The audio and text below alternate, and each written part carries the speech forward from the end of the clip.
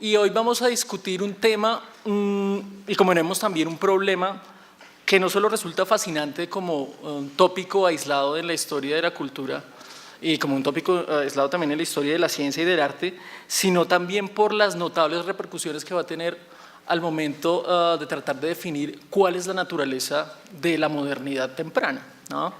Esa primera modernidad que como rasgo característico parece estar definida por cierta liminalidad, ¿no? Por cierta naturaleza fronteriza en la que las ansiedades de la Edad Media se van a encontrar con empresas culturales completamente nuevas, que son esas que aparentemente aparecen entre el siglo XV y el siglo XVI, ¿no?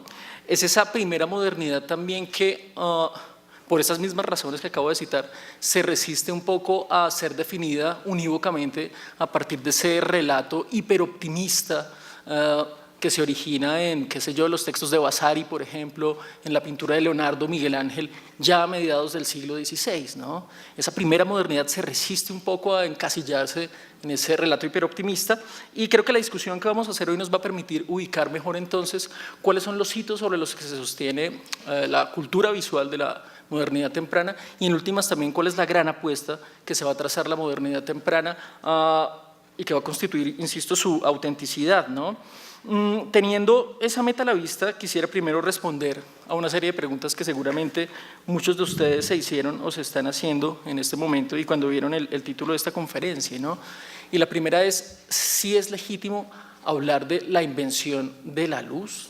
En primer lugar, ¿acaso la luz pues no hace parte y no ha hecho parte desde siempre de la experiencia cultural, ¿no? ¿Cómo se puede inventar una cosa que ya estaba inventada? Y por otro lado, ¿será verdad que la modernidad temprana realmente inventó la luz? Para responder esas preguntas, quisiera empezar entonces citando unos documentos que anteceden con mucho el periodo del que vamos a hablar, hoy, ¿no?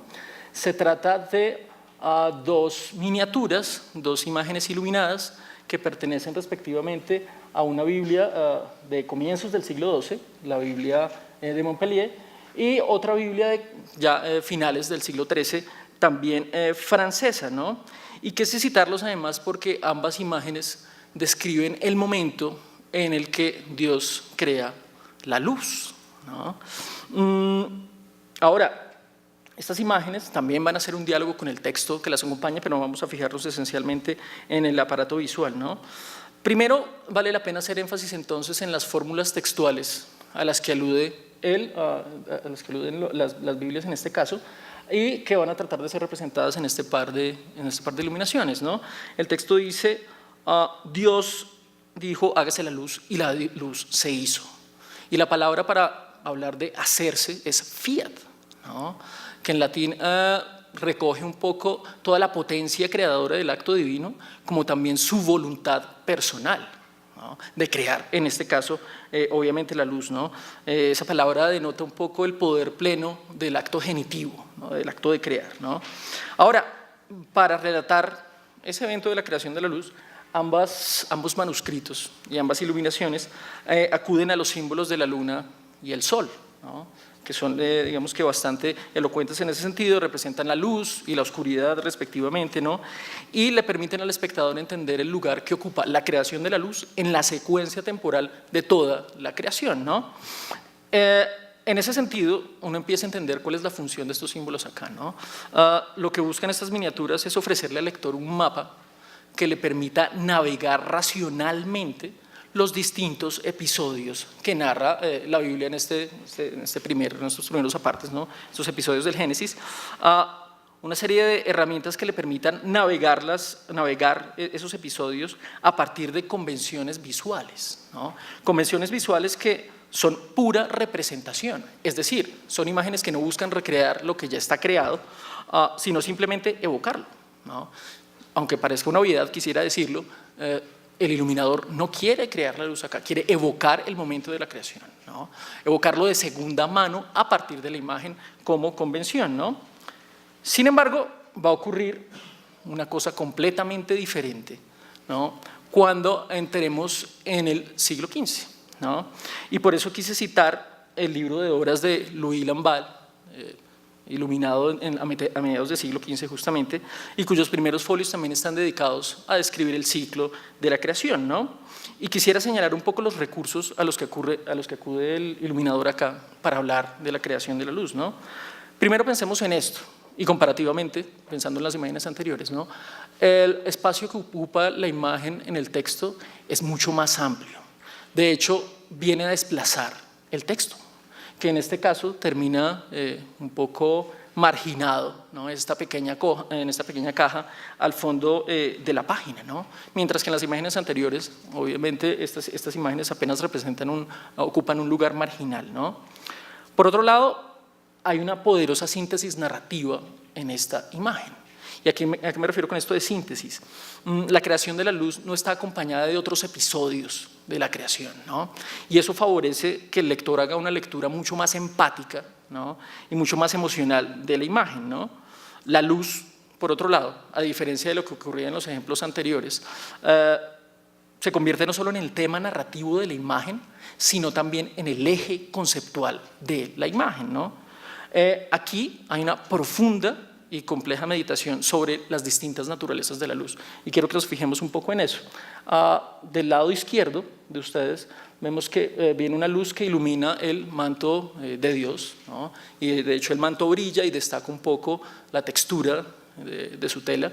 Esa es la luz noética, ¿no? Después está la luz divina, que es la que brota de su halo, ¿no? Y finalmente está la luz creada, que es esta que brota y emana vigorosamente, como escapando de esa bola que representa justamente la oscuridad, ¿no? Tal vez lo más importante es esto. Esa imagen no solo es una persuasiva meditación sobre el momento en el que Dios hace la luz, sino que le propone al espectador una verdadera experiencia lumínica, ¿no? A diferencia de lo que ocurría con las iluminaciones que acabamos de ver, ¿no? Los haces de luz, como lo mencionaba hace un segundo, esta luz noética que viene del lado izquierdo, insisto, brillan sobre el manto de Dios, ¿no? Y ahí está otra luz, esta luz blanca, que se difunde orgánicamente en el espacio. Y el iluminador ha hecho otra cosa que me parece muy interesante para destacar ese poder lumínico de la luz, y es poner detrás de la luz un coro de ángeles cuyos rostros apenas si se pueden ver como efecto justamente de esa poderosa iluminación, ¿no? de la potencia lumínica. Entonces aquí ya empezamos a ver una serie de diferencias notables con lo que pasaba en el siglo XII y comienzos del siglo XIII, ¿no? Esta imagen ya no busca ni representar, ni evocar o narrar temporalmente un evento. Más bien lo que quiere hacer es recrear el evento, actualizarlo, producirlo e involucrar directamente al espectador en ese mismo evento, ¿no? Lo que buscan estas imágenes en últimas es producir una experiencia, ¿no? Si la realidad es algo que sucede continuamente, si la realidad es algo que está en acto y que nos involucra de manera activa, está claro que vamos a tener que reconocer de alguna forma que estas imágenes buscan producir esa realidad, ¿no? Buscan producir esas experiencias de la realidad, pues son eventos que están en acto. Eso es lo que hacen estas imágenes en esencia, ¿no? Y para hacerlo, obviamente, estas imágenes no se van a contentar con simular la realidad o con representarla o con imitarla, ¿no? Sino que tienen que hacerla suceder en el tiempo, ¿no? A eso es a lo que me refiero con la invención. Este tipo de imágenes hacen suceder los eventos en el tiempo y se los ponen en bandeja de plata, pongamos en esos términos, al espectador para que participe de ellos, ¿no? Pero obviamente lo primero que tienen que inventar estas imágenes son las condiciones para la experiencia, desde luego, ¿no? Las condiciones para que la realidad suceda, ¿no? Y entre esas condiciones, desde luego, está la luz, que tal vez es la más importante de todas, ¿no? Es por esa razón que yo suelo afirmar que la cultura visual en la modernidad temprana realmente inventó la luz, ¿no? Y no solo se conformó con esa invención, sino que además la convirtió en un artefacto, ¿no? Para producir experiencias de la realidad a partir de la imagen. Para que comprendamos mejor esas consideraciones, quisiera citar un retrato que a mí siempre me ha fascinado muchísimo y que creo que es de los retratos más inquietantes, pues, en toda la historia del arte occidental, ¿no? Se trata del retrato de un cartujo pintado a mediados del siglo XV por Petrus Christus, ¿no? Es uno de los pintores más prominentes del gremio de pintores en Brujas para ese periodo, ¿no? Y mientras miran el cuadro, quiero que se hagan estas preguntas. La primera es, ¿cuál es el propósito del retrato? Y la segunda es, ¿qué esperaba Petrus Christus del espectador cuando se enfrentaba con esta imagen, ¿no?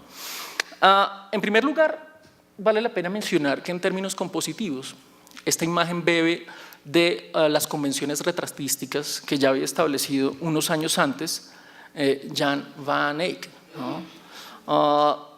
Y en este caso vemos que lo que adopta fundamentalmente es el escorzo de 3/4, ¿no? Ahora, también bebiendo de esa tradición eickiana, si pudiéramos llamarlo de esa forma, Petrus Christus va a hacer un ejercicio muy virtuoso en la representación de las texturas, en las telas, por ejemplo. Quiero que piensen un poco en la textura de la barba, que siempre me ha fascinado, que tiene una naturaleza casi táctil, ¿no? A uno le dan ganas de sentir lo esponjosa que es, de hecho, ¿no? Quiero que pensemos en las volumetrías, por ejemplo, y en los accidentes de la piel también, ¿no? Y en este caso podemos citar las sienes, la sien izquierda, en este caso, y la volumetría de las venas, por ejemplo. Todos esos son elementos que ha heredado Petrus Christus, de esa tradición eickiana del retrato y en últimas de la pintura al óleo, ¿no? Sin embargo, para acentuar el poder ilusionista de todo este tipo de recursos, Petrus Christus va a introducir un par de innovaciones. Y esas innovaciones van a tener que ver con la luz, por supuesto, ¿no? La primera innovación, y quiero que veamos el contraste nuevamente con Jan van Eyck, es que él va a reemplazar el fondo negro, ¿no?, y plano, lo hizo corrido por Jan van Eyck, insisto, y lo va a cambiar por una habitación, por un espacio tridimensional rojo, eso es rojo, créanme, lo va a cambiar por una habitación roja y pone al Cartujo frente a una de las esquinas de esa habitación, ¿no? Ahora, para sugerir que ese espacio en el que está el Cartujo, en el que está el retratado, es un espacio interior que está separado muy discretamente del espacio exterior al que pertenece el espectador, ¿no? Christus convierte el marco del cuadro, que además es un marco ficticio, es un marco pintado, es una ilusión óptica, lo convierte en una ventana, ¿no? Y para señalar esa naturaleza de ventana pone una mosca en la parte inferior, en la parte inferior del marco, ¿no? De manera tal que el espectador, cuando lo ve con buena calidad, sí se lleva la impresión de que está viendo a un Cartujo a través de la ventana, ¿no? Entonces aquí ya vemos un poco cuál es el propósito que se trata Petrus Christus en esta imagen, ¿no? Quiere producir la experiencia en el espectador de estar mirando a un Cartujo viviente a través de una ventana, ¿no? Eso es lo que espera del espectador, que cuando se acerca a la imagen se lleve una experiencia vívida y espaciotemporal de la realidad. No simplemente una representación, ¿no?, que se conecte con la imagen y que trascienda, de hecho, todo este reino de la imagen o de la representación, por supuesto, ¿no? Sin embargo, el detonante de la experiencia en este caso, como lo mencionaba hace un segundo, no va a ser otro que la luz, que aquí funge como el verdadero artefacto de producción de experiencias de realidad, ¿no? De hecho, es la luz el elemento que hace que cobre sentido la tridimensionalidad de la imagen, ¿no?, la textura de la imagen, la volumetría de la imagen, entre otras cosas, ¿no? Los detalles del Cartujo se hacen mucho más precisos y creíbles gracias a las dos direcciones de luz que hay en este cuadro, ¿no? La primera, que viene del lado derecho, al iluminar el rostro del Cartujo y su ropa, deja una región en sombra, pongámoslo en esos términos, también hacia el lado derecho, que permite destacar ahora sí cada uno de los detalles del rostro y de los accidentes faciales de este Cartujo, ¿no? Mientras que la luz interior, que es la que brota del lado izquierdo, que parece brotar desde dentro de la habitación, no solo destaca las relaciones de profundidad que hay entre el personaje y el espacio, sino que destaca la volumetría misma de la cabeza, ¿no? Todo está aquí hecho a partir de ese ejercicio de la luz, ¿no? Sin embargo, ese uso funcional de la luz no fue un patrimonio exclusivo de los pintores del norte de Europa, como cabría pensarse a partir de este ejemplo, ¿no?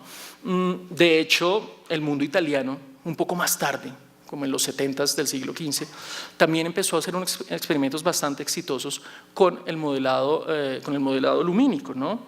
Y convirtió la luz en la verdadera piedra de toque de la experiencia visual.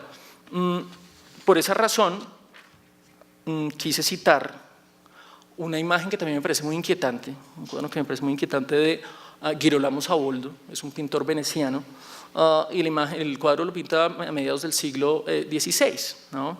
Y representa los momentos previos al Noli Me Tangere, tal como os describe el Evangelio de Juan, ¿no?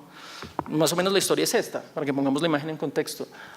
El día siguiente, al día de la crucifixión, María Magdalena se dirige al sepulcro para ungir el cuerpo de Cristo con aceites, ¿no? Y se encuentra con la sorpresa de que no está el cuerpo, ¿no? Entonces llora desconsolada, se lamenta profundamente, ¿no? En este gesto como de recogimiento, y de repente escucha una voz que le pregunta por qué está llorando.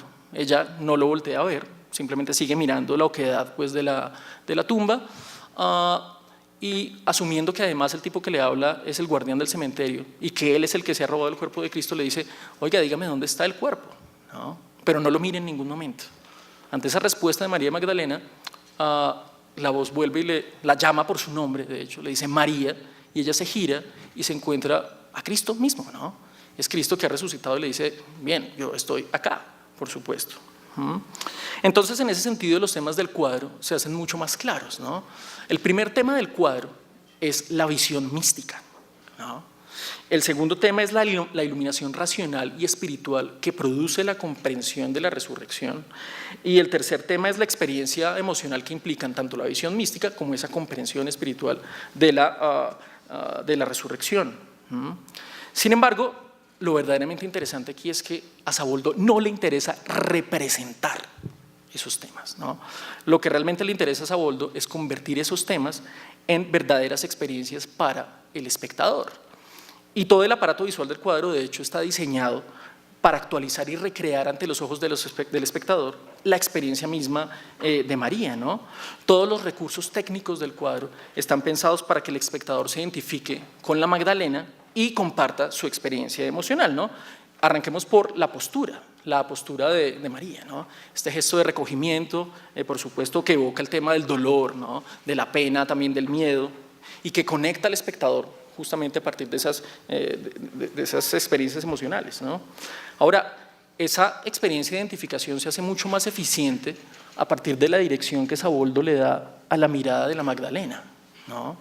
Esa Magdalena interpela directamente al espectador, y eso parece un recurso tonto, pero lo que está haciendo es involucrar al espectador espaciotemporalmente con lo que está sucediendo en la imagen, ¿no? De manera que el espectador se convierte justamente en un actor de ese mismo drama, ¿no? En un testigo actor, ¿no?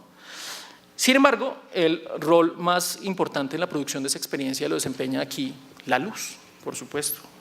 La penumbra de la madrugada, ¿no? Recuerden un poco que esta historia tiene lugar en las primeras horas del alba, todavía está oscuro, ¿no? Esa penumbra de la madrugada hace que la experiencia del espectador sea más personal y más íntima, ¿no? Y hace no solo que los ojos del que está mirando el cuadro se posen directamente sobre la Magdalena, ¿no? Y sobre esa capa súper virtuosa que refleja la luz, y en ese reflejo deja ver su textura, entre otras cosas, sino que esa luz de la madrugada también evoca y provoca, yo creo, esa experiencia de la mañana fría también, ¿no? Eso es una de esas grandes funciones que tiene aquí la luz, ¿no? Por otro lado, el espectador, como nosotros ahora, tuvo que haber entendido que el manto de María no es una fuente de luz autónoma, ¿no? Como lo relata Juan, esa luz procede de Cristo, ¿no? Cristo le está mirando, Cristo debe brillar un montón, por supuesto, y ese brillo se refleja en su manto, desde luego, y el espectador entonces entiende, al ver ese brillo por transitividad, que él está participando de esa misma experiencia mística, ¿no? Que él está participando de esa experiencia visionaria también, ¿no? Que está viendo indirectamente el cuerpo de Cristo resucitado, ¿no? Entonces yo siempre me pregunto al ver esta imagen, la visión, la iluminación, que son los temas de ese cuadro, ¿no se convierten realmente en experiencias aquí para el espectador? ¿No es la luz el verdadero artefacto que produce esas experiencias, llamaríamos hoy protovirtuales? A la vista de todas estas consideraciones, las preguntas que nos salen ahorita al paso son las relacionadas con el cómo y el por qué. ¿Por qué razón la modernidad temprana dejó de representar la luz y se trazó la meta de inventarla para convertirla en un artefacto? Esa es la primera pregunta. La segunda pregunta es cómo lo logró, y la tercera es en qué espacios culturales y materiales realizó esa conquista o esa invención de la luz. Como vamos a ver, más allá de los recursos técnicos y materiales que ponía en juego, ese nuevo reinado de la luz solo es posible gracias a inquietudes que trascienden el campo de la mera materialidad visual, que trascienden el campo de la física de la visualidad, ¿no?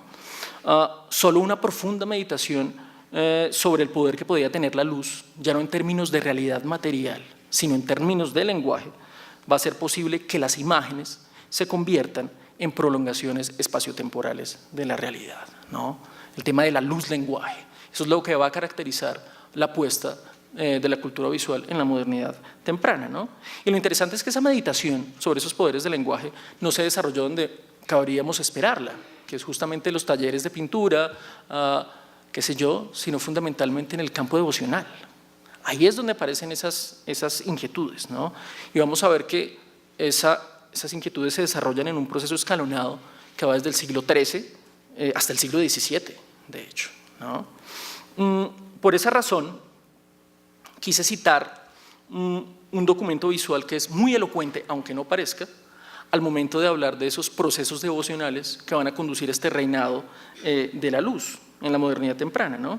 Y se trata de un folio iluminado de un texto devocional de comienzos del siglo XV, ¿no? Y su tema va a ser justamente el de las heridas de Cristo. Aquí la imagen hace un vivo énfasis en la frágil carnalidad de las llagas, ¿no?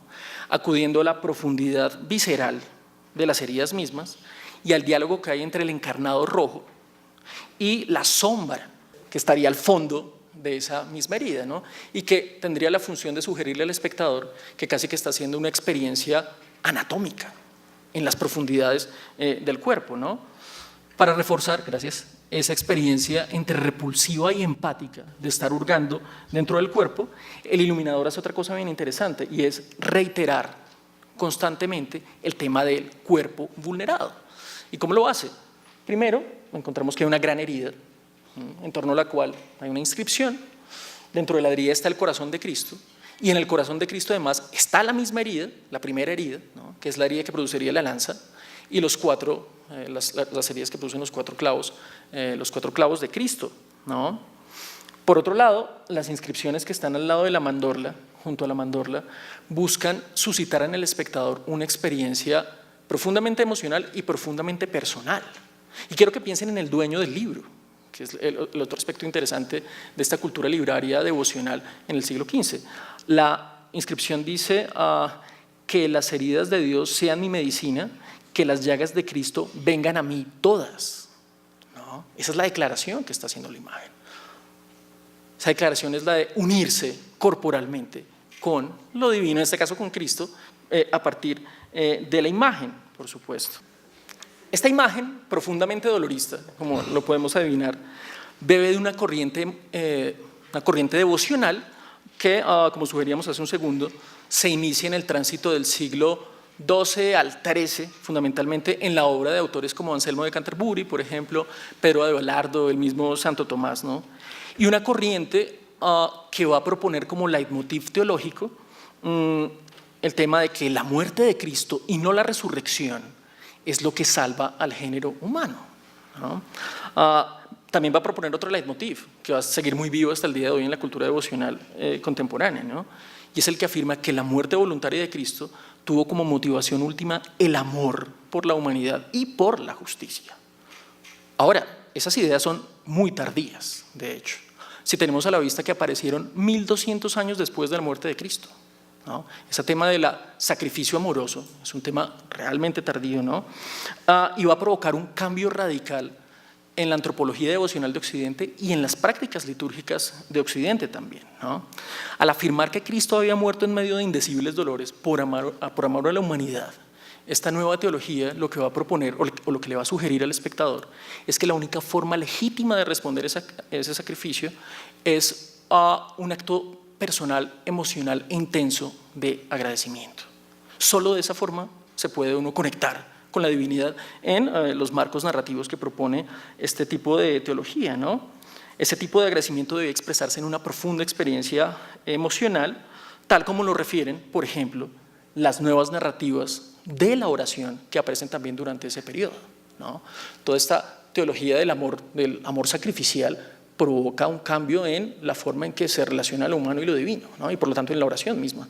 Por eso quisiera citar un fragmento del Sermón de la Pasión del Señor de Anselmo de Canterbury, y ahí ya vemos un poco la naturaleza de esa respuesta que espera la cultura del devoto cuando se reflexiona sobre la muerte de Cristo. Dice esto: nadie podía satisfacer adecuadamente por el pecado más que un humano. Él, que por sí mismo nada debía, misericordiosamente se hizo humano y muriendo por nosotros pagó nuestra deuda. Oh buen Jesús, ¿qué podré ofrecerte? ¿Qué podré sufrir por ti que soportaste tantas cosas por mí? ¿Debo regocijarme por tu muerte o dolerme de ella? Ciertamente haré ambas. Me regocijaré en la gracia del que se entregó y en el amor del que murió, pero primero me doleré sobre la causa de su muerte, es decir, sobre la conciencia de mis pecados, y compartiré el dolor del moribundo. Si no me regocijo, soy ingrato; si no me conduelo, soy cruel, ¿no?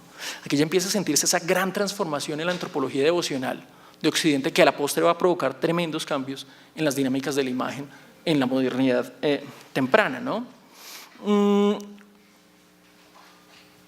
Ahora bien, para alentar esa experiencia del agradecimiento personal, ¿no?, los teólogos medievales van a promocionar unas tecnologías nuevas de la meditación, unas tecnologías de la meditación que ya no tienen por objeto la masticación intelectual de las escrituras, sino más bien el poder visual de la imaginación.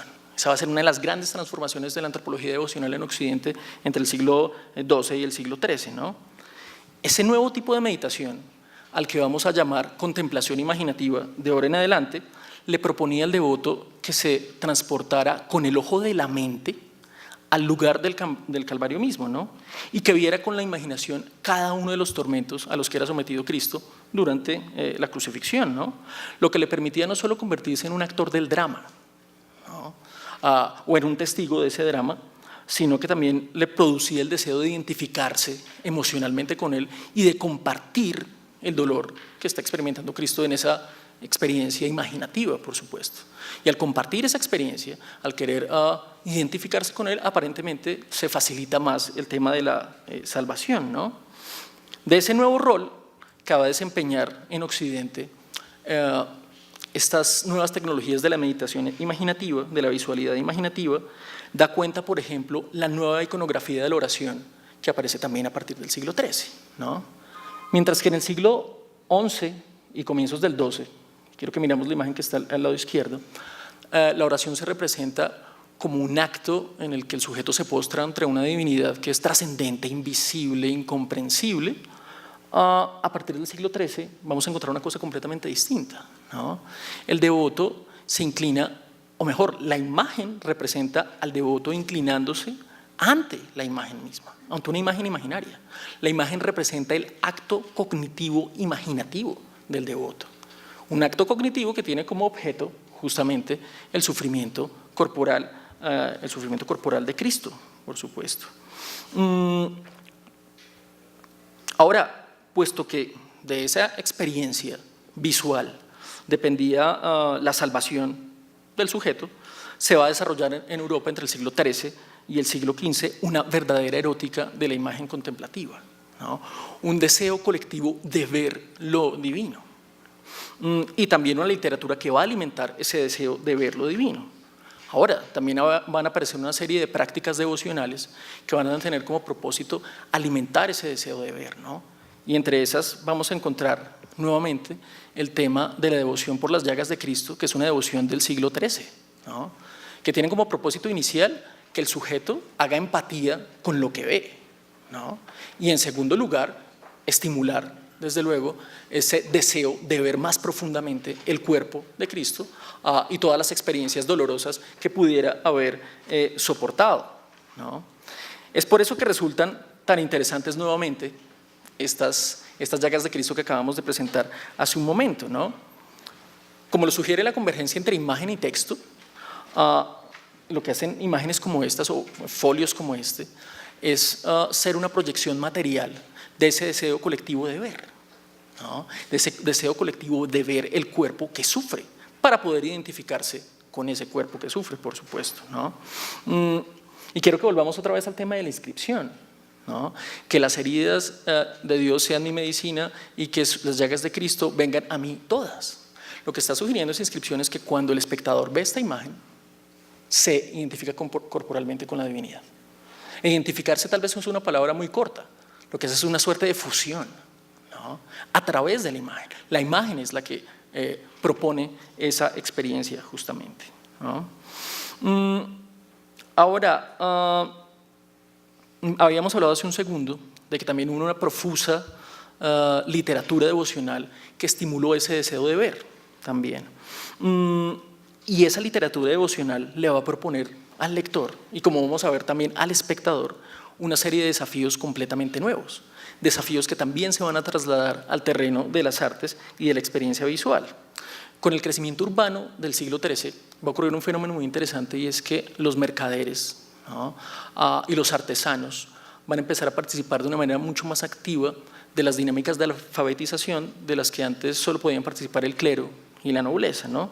Y eso va a favorecer un fenómeno económico y cultural muy interesante, y es el de la aparición de una red muy grande de talleres de producción de libros, talleres laicos de producción de libros, que van a tratar de satisfacer esa demanda de devoción personal, de esa demanda de devoción visionaria, llamémoslo en esos términos, y como también van a tratar de satisfacer las necesidades litúrgicas de ese tipo de devoción, ¿no? Y en ese sentido vale la pena destacar textos, por ejemplo, que se escribieron en el siglo XII, pero que empezaron a ser copiados muy frecuentemente todavía hasta el siglo XVI. Textos que hacen esa invitación a ver constantemente, a esa erótica de la imagen, ¿no? Tal va a ser el caso, por ejemplo, de las Institutiones Inclusorum, es una regla para personas que viven la vida del claustro, del Red de Ribot, ¿no? Y él le sugiere al que está leyendo el texto que al imaginar la muerte de Cristo, ubícate en medio del evento de manera que te impresiones aún más, ¿no? Desde el punto de vista de Ribot, cuando el espectador se transporta en la imaginación hasta el evento de la pasión, favorece la aparición de un fenómeno que se llama conformatio. La conformatio no es otra cosa que la participación directa del espectador en el evento, la identificación con los protagonistas y la imitación del comportamiento de los protagonistas también, ¿no? Ahora, esos textos, particularmente a partir del siglo XIII, no solo se van a encargar de estimular el deseo de ver en el devoto, sino que también van a modelar lo que el devoto tiene que sentir en la experiencia imaginativa, desde luego. Y ese va a ser el caso, por ejemplo, de unas meditaciones sobre la vida de Cristo que escribió Ludolf de Sajonia a mediados del siglo XIV y que se copiaron todavía hasta el siglo XVII en muchas traducciones, en muchas lenguas, ¿no? Y el texto es increíblemente dolorista. Lo que busca hacer es que el espectador se conecte con esa experiencia de la pena, ¿no? Dice: oh dulce Jesús, es más dulce verte morir ante los judíos en la cruz que flotando sobre los ángeles en el cielo, verte soportar como un hombre cada doloroso aspecto de la naturaleza humana, verte como el Redentor moribundo que como el Creador invisible. Me gusta mucho esa reiteración del verte, ver constantemente, ver la pena, ver el cuerpo macerado, ver el cuerpo fragmentado, el cuerpo lastimado de Cristo, ¿no? Otra instancia similar la debemos encontrar en La madera de la cruz, que es un texto meditativo que compuso San Buenaventura a mediados del siglo XIII, ¿no? Y que hace todavía prescripciones más precisas sobre qué es lo que tiene que sentir el devoto en esa experiencia de visión imaginaria, ¿no? El texto dice esto, dice: Pilatos dio una orden todavía más cruel, que Jesús permaneciera de pie y desnudo ante una multitud de hombres que se burlaba de él, para que los verdugos salvajes pudiesen azotar su carne virginal con fieros golpes, infligiendo llaga sobre llaga, herida sobre herida.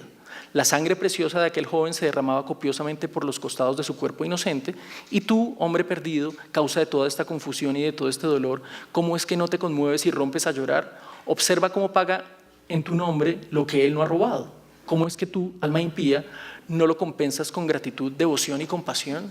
Esa es una literatura increíblemente emocional, ¿no? Está diseñada justamente para que el espectador rompa en lágrimas y desee ver para, de alguna manera, saciar y descargar su experiencia de mala conciencia en esa experiencia de ver, por supuesto. Si nos fijamos bien, las exigencias imaginativas y devocionales que hacen estos textos son muy complejas, ¿no?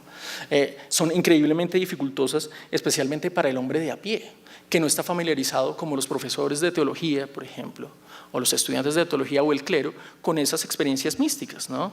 Y teniendo a la vista esa dificultad, los autores de manuales devocionales sobre cómo ver van a proponerle al espectador lector nuevas herramientas, ¿no?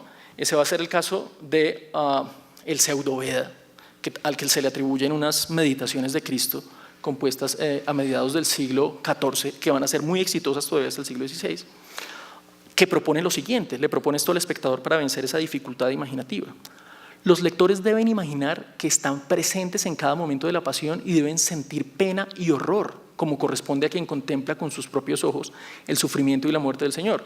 Deben imaginar que interactúan con Él y sus verdugos. Deben imaginar que se sientan junto a Él, que lo confortan y que tratan de salvarlo del dolor y del suplicio.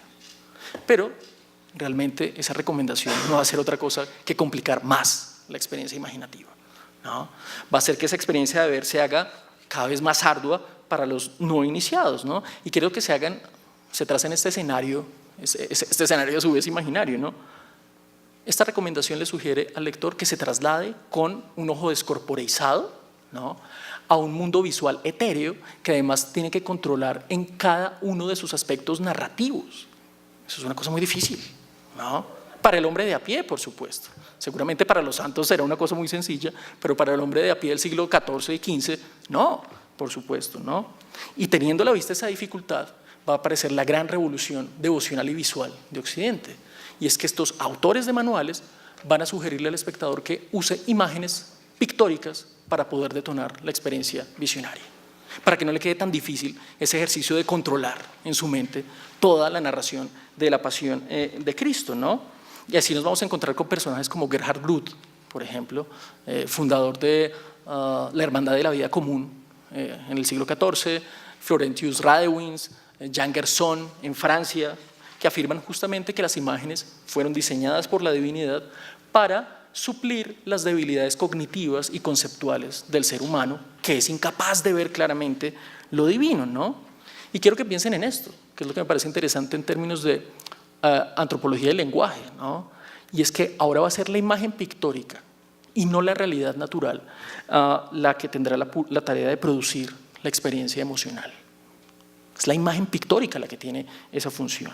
Ojo, va a tener la función de producir esa experiencia y no de representarla, no de evocarla, producirla realmente. Y la pregunta que uno se hace acá es cómo lograr que el lenguaje pictórico, cuyos límites materiales apenas y por entonces podían producir una simulación de lo real, cómo lograr que ese lenguaje pictórico produzca una experiencia espaciotemporal, una experiencia emocional y una experiencia corporal de la realidad. Esa va a ser la meditación que se va a proponer la modernidad temprana en el campo de la imagen. Y por eso es que me atrevo a afirmar que una de las grandes empresas lingüísticas de Occidente se las trazó justamente la modernidad temprana, ¿no? Y es convertir a la imagen en el detonante de todo ese tipo de experiencias, ¿no? Y además piensen en esto, es una empresa que antecede con mucho tiempo nuestro interés por la holografía, por ejemplo, y nuestro interés por la imagen virtual.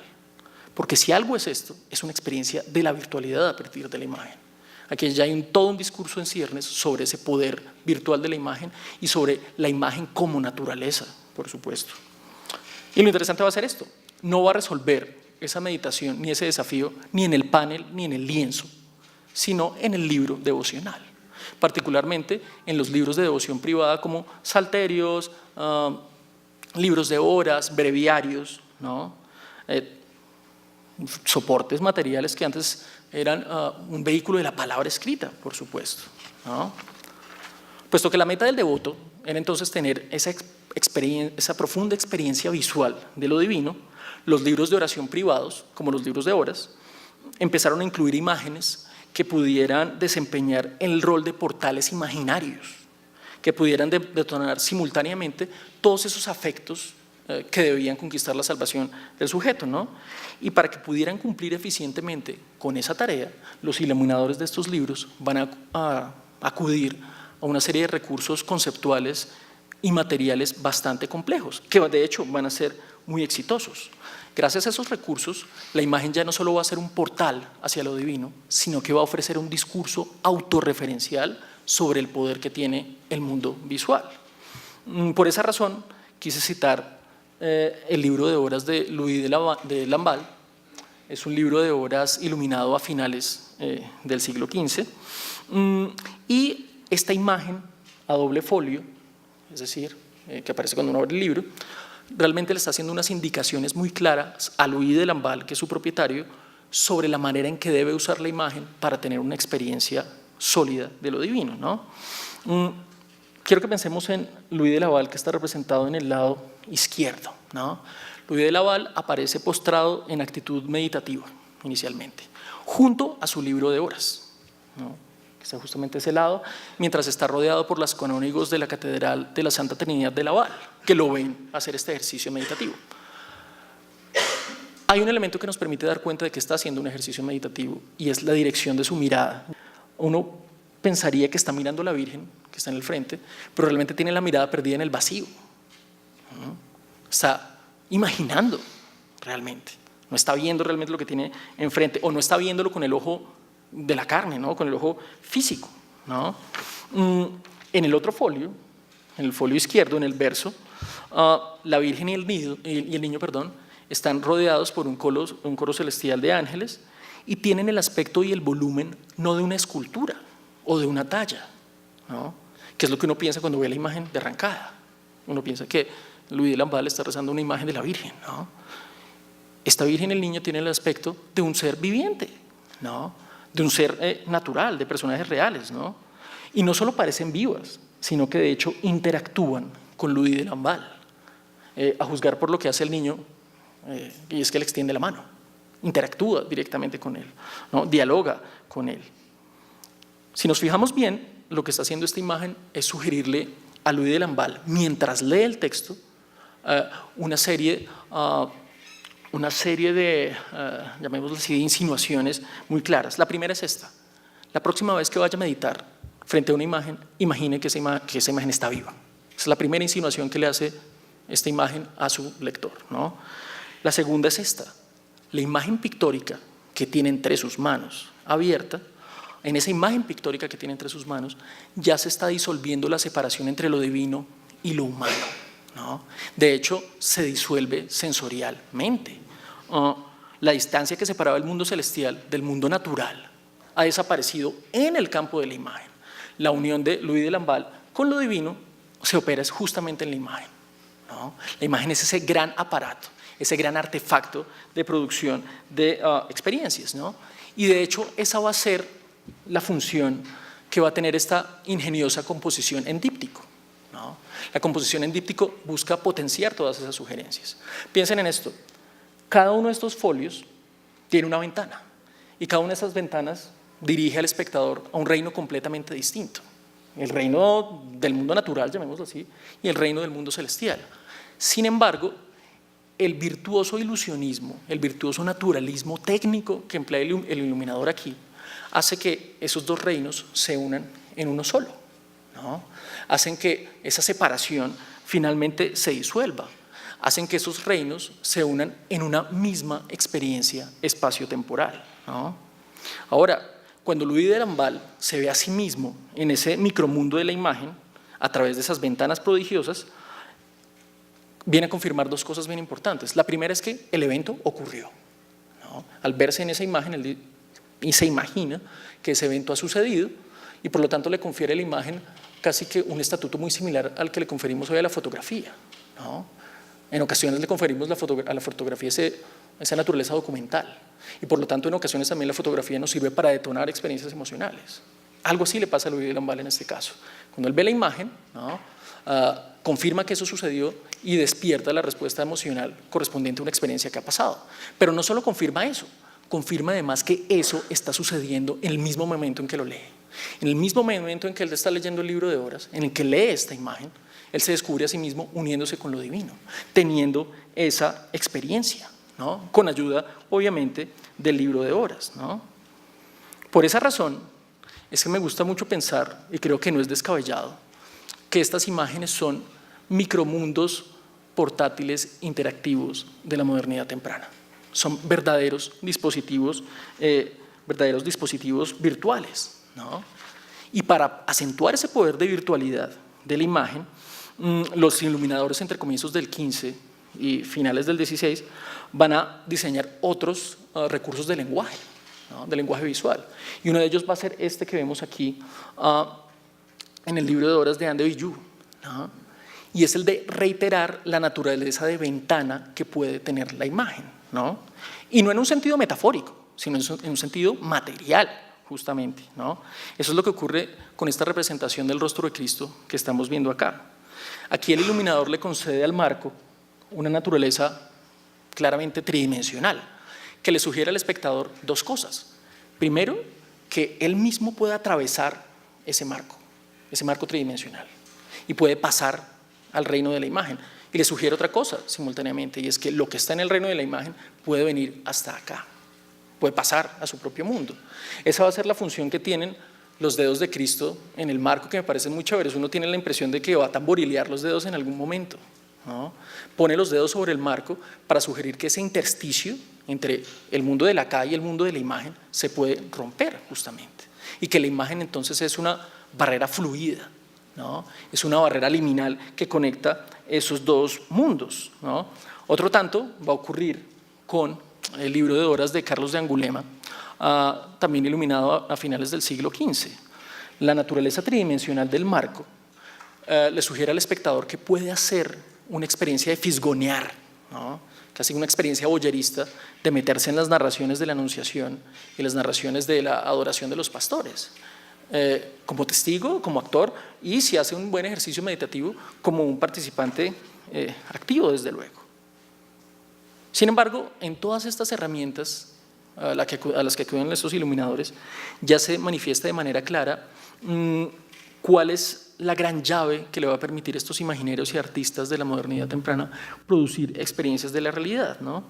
Y esa herramienta es justamente una meditación sobre el poder del lenguaje que puede tener la luz, sobre el poder que puede tener la luz, ya no como realidad natural, sino como una suerte de realidad devenida, ¿no? Como un constructo material, justamente. Esa reflexión, ese desafío va a tratar de hacer que la luz material, la luz lenguaje, produzca los mismos efectos corporales y emocionales que tiene la luz natural, ¿no? Y eso va a suponer inventar la luz de nuevo, ¿no?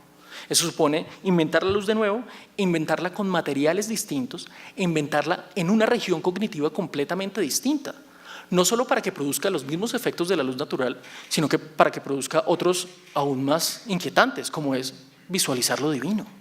Porque está claro que la divinidad no se aparece en la luz natural, se aparece en la luz lenguaje de estos libros, desde luego.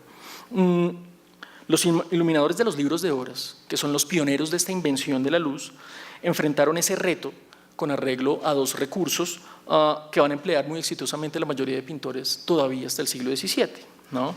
El primero es el de aprovechar el potencial lingüístico y dramático que tiene el contraste entre la experiencia de espacios exteriores y la experiencia de espacios interiores, que ya habíamos anunciado en estos marcos tridimensionales, que suponen que hay una adentro y una afuera, ¿no?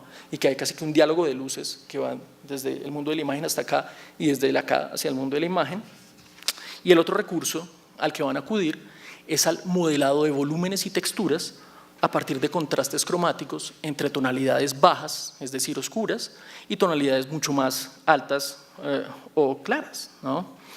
Y es una experimentación que, ojo con esto, antecede con mucho los experimentos de Leonardo mismo, incluso de Alberti, ¿no? Que se consideran en este relato hiperoptimista sobre el Renacimiento italiano como los grandes precursores sobre el chiaroscuro, por ejemplo. Todas estas experimentaciones ya se habían hecho en el campo de la iluminación de libros, ¿no? Todo ese reinado de la luz aparece justamente entre el siglo XIII y el siglo XIV, desde luego. Lo que nos muestra nuevamente que esas barreras que separan la modernidad de la Edad Media no son tan estrechas o tan rígidas como solemos pensar, ¿no? Que es una cosa mucho más fluida. Esa experimentación con el modelamiento de texturas y de volúmenes a partir de contrastes cromáticos tuvo su punto de partida en una técnica que conocemos como grisalla. La grisalla no es otra cosa que una trama de líneas oscuras, trazadas con diferentes grosores, que tienen el propósito de darle forma al espacio pictórico, que tienen el propósito de darle forma al espacio en blanco del pergamino. En ese sentido, es una especie de escultura bidimensional. Eso es lo que hace la grisalla, ¿no? Gracias a ese virtuoso contraste de color que se encarna en ese diálogo de líneas, la grisalla no solo permitía modelar volúmenes y texturas, sino generar patrones de sombreado y de iluminación que hacían que la imagen estuviera mucho más cerca de la escultura, que para el siglo XIV era tal vez el arte más naturalista disponible, ¿no? Y eso permitía que las imágenes fueran más allá de la pura verosimilitud, ¿no? Para que pasaran a desafiar la plana bidimensionalidad de la página, ¿no? Estas imágenes le sugieren al espectador que lo que está viendo está a punto de saltar a su propio mundo, ¿no? Y eso es lo que ocurre en este libro de obras de Jean Debreu, iluminado por Jean Puchel, en el que el drama de la flagelación de Cristo parece brincar de la página, a juzgar por la posición de los pies, tanto de los verdugos como del mismo Cristo, ¿no? Ahora, las exigencias devocionales de esa modernidad temprana van a ser cada vez más desafiantes, y eso va a hacer que los imagineros y los artistas tengan que entender las limitaciones de todos los recursos que han diseñado para producir experiencias, ¿no? Y la primera limitación que encuentran con el caso de la grisalla es el tema del color. Si bien estas imágenes son increíblemente escultóricas y tridimensionales, pues su color no tiene nada que ver con el mundo real. Siguen siendo representaciones escultóricas, fundamentalmente, ¿no? Y en ese sentido van a empezar a diseñar otro tipo de técnicas que permitan vincular más eficientemente la complejidad de la experiencia visual con el sentido del tacto, ¿no? Y así nos encontramos con los primeros resultados verdaderamente exitosos en esa experimentación con la luz de la modernidad temprana, ¿no? Y ese es el caso de esta miniatura que pertenece a las muy ricas horas de Jean-Duc de Berry, que fueron iluminadas a comienzos del siglo XV, muy a comienzos, para la primera década, y esta miniatura describe el arresto de Cristo, tal como lo relata el Evangelio de Juan. La historia es, para que comprendamos un poco la dimensión de esta imagen, es esta. Cristo ha entrado con los apóstoles en un huerto, y en ese mismo huerto entran Judas y los soldados que van a arrestar a Cristo, ¿no? que van a prenderlo. Cuando estos soldados le preguntan por Jesús, preguntan quién es Jesús, Jesús dice, ego sum, yo soy.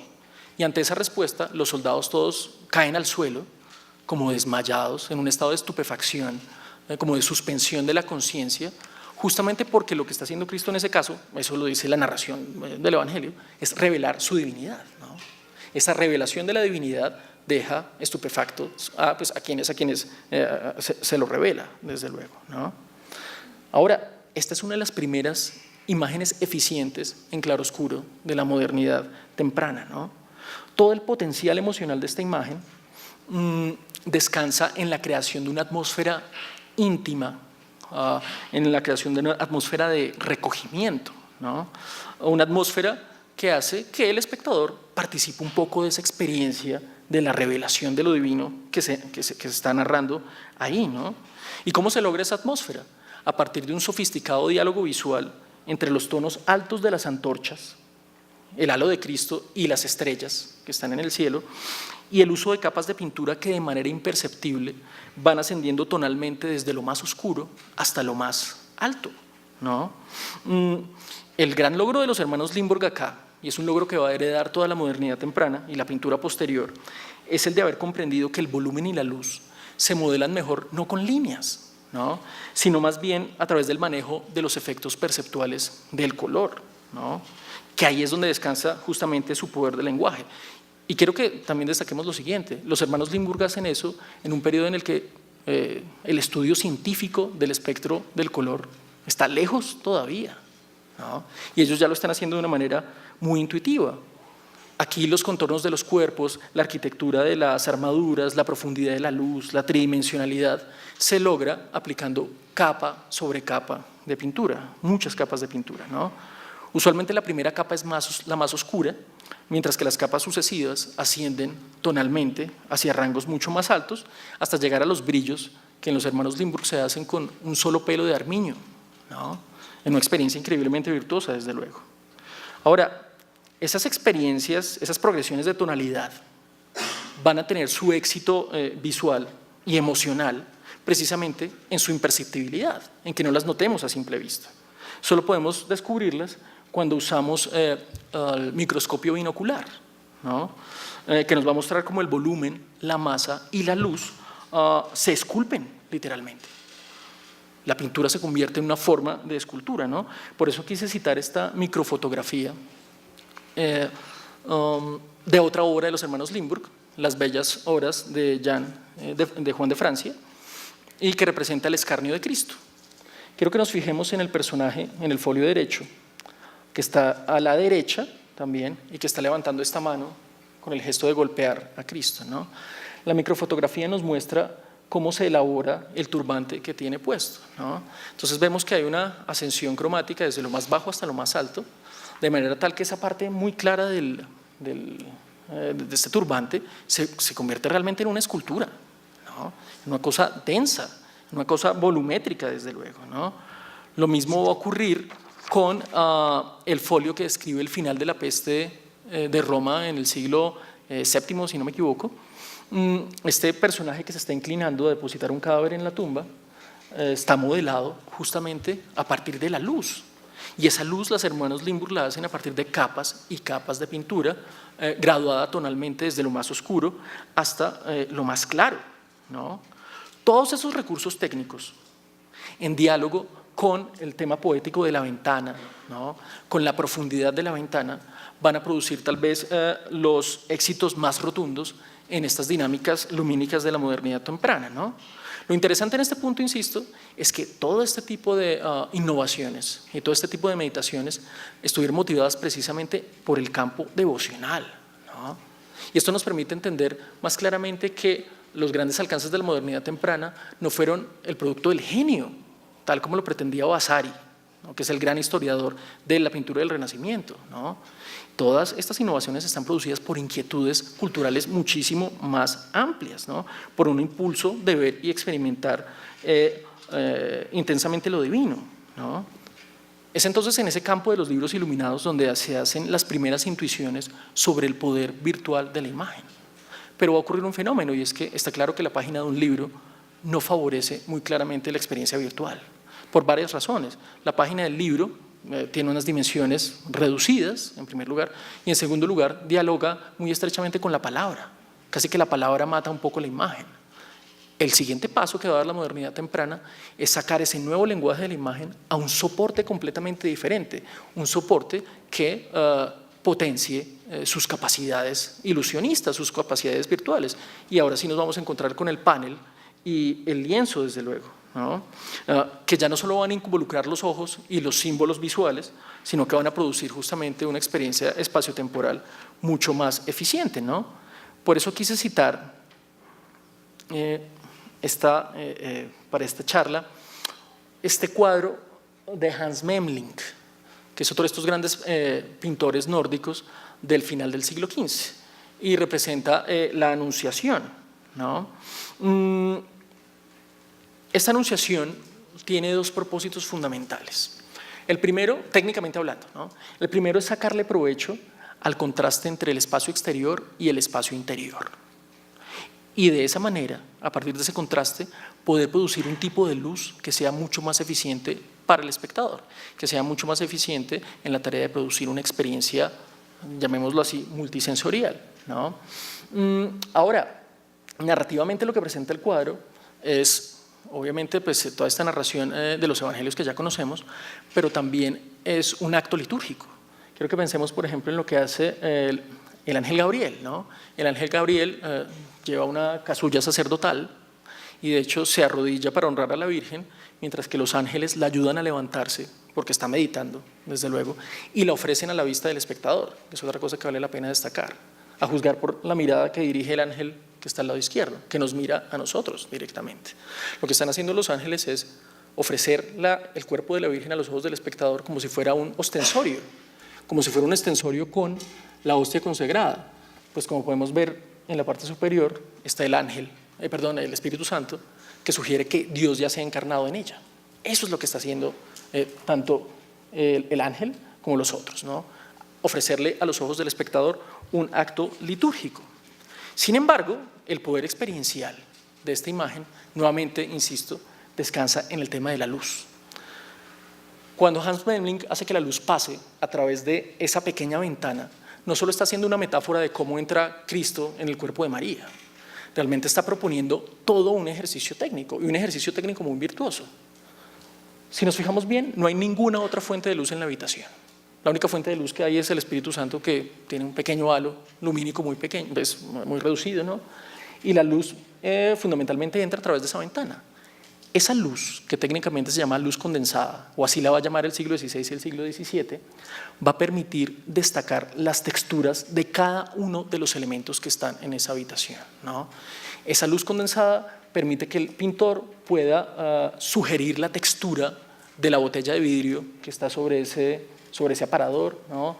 Del candelabro, por ejemplo, de las cortinas y del peso material de las cortinas, entre otras cosas, ¿no? De la materialidad del techo y de los póstigos de las ventanas, entre otras cosas. Ahora, la pregunta que uno se hace aquí es ¿por qué Hans Memling se encarreta tanto con el tema del espacio doméstico, ¿no? ¿Por qué usa la luz para destacar un espacio doméstico? Porque será justamente el espacio doméstico lo que le va a permitir al espectador conectarse con la narración. Ese espacio doméstico era perfectamente familiar para el dueño de este cuadro, para el que lo haya comisionado, ¿no? Representa un espacio doméstico de cualquier burgués del siglo XV, y al verlo representado de esa manera, entonces el espectador entiende que la narración de la Anunciación está teniendo en su propio espacio doméstico, ¿no? Lo que entiende el espectador es que la divinidad ya no es esa cosa trascendente, ¿no? Del siglo XI y del siglo X, sino que es una cosa que viene al mundo real, y que la imagen es el campo en el que se hacen esas transacciones, desde luego. La imagen es el campo en el que se realiza justamente esa experiencia, ¿no? Y en adelante, lo que van a hacer los pintores de la modernidad temprana es acudir una y otra vez a las posibilidades que ofrece esa meditación sobre el contraste entre espacio exterior y espacio interior para producir luz condensada, ¿no? Desde qué sé yo, la Madonna del Clavel de Leonardo en los 70s del siglo XV, hasta el Hogar de Nazaret de Gregorio Vázquez en el siglo XVII, todos van a emplear esas dinámicas de luz para emplazar directamente al espectador, ¿no? Desde la Tarquinia Madonna, que es una obra muy temprana de Filippo Lippi, de la tercera década de los años del siglo XV, que por cierto es la primera imagen italiana que representa a la Virgen y el Niño en un espacio doméstico, y que representa el brillo de la luz no con oro sino con pigmentos amarillos, hasta el astrónomo de Jean Vermeer, que tiene como tema la búsqueda de la iluminación intelectual y racional. Todas estas imágenes van a usar esta dinámica de claroscuro para actualizar esa experiencia en el espectador, ¿no? Convirtiendo obviamente la virtualidad, ¿no?, en el gran derrotero de esos primeros años de la modernidad, ¿no? Y es un derrotero que va a seguir vivo todavía hasta las primeras décadas del siglo XVIII.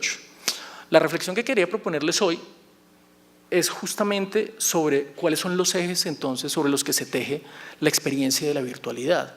Y quiero que pensemos si realmente la experiencia de la virtualidad está tan relacionada, si está tan estrechamente relacionada con lo informático y con lo digital, o si realmente la experiencia de la tridimensional, de la virtualidad, es una experiencia relacionada con el lenguaje, tal como nos lo sugiere la pintura de la modernidad temprana y esta gran empresa virtual y lingüística que se traza la modernidad temprana.